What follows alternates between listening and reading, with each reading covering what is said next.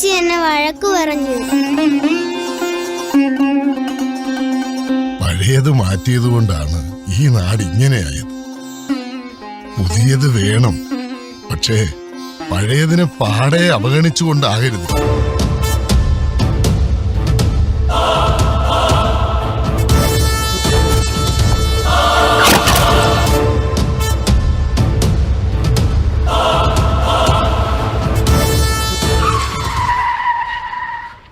Thomas,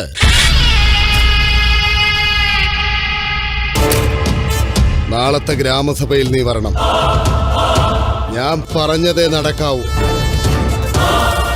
ഒറ്റയോർന്ന് ഇങ്ങോട്ട് കേറി പോവരുത്. എന്റെ ഭർത്താവിന് ഈ അവസ്ഥയിലാക്കിയത് നീയൊക്കെയാ.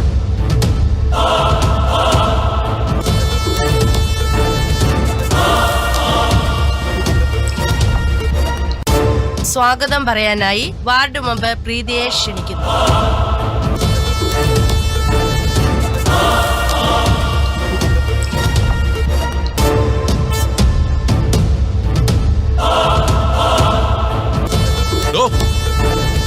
ഇന്നീ ഗ്രാമസഭ നടക്കത്തില്ല. ഇന്നലെ വരെ താൻ പറഞ്ഞാൽ ഞങ്ങൾ കേട്ടിട്ടുണ്ട്.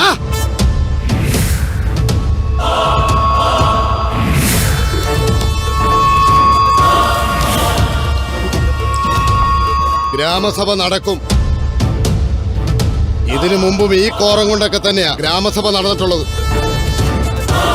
ഈ കോറത്തിൽ ഈ ഗ്രാമസഭ നടന്നിരിക്കും.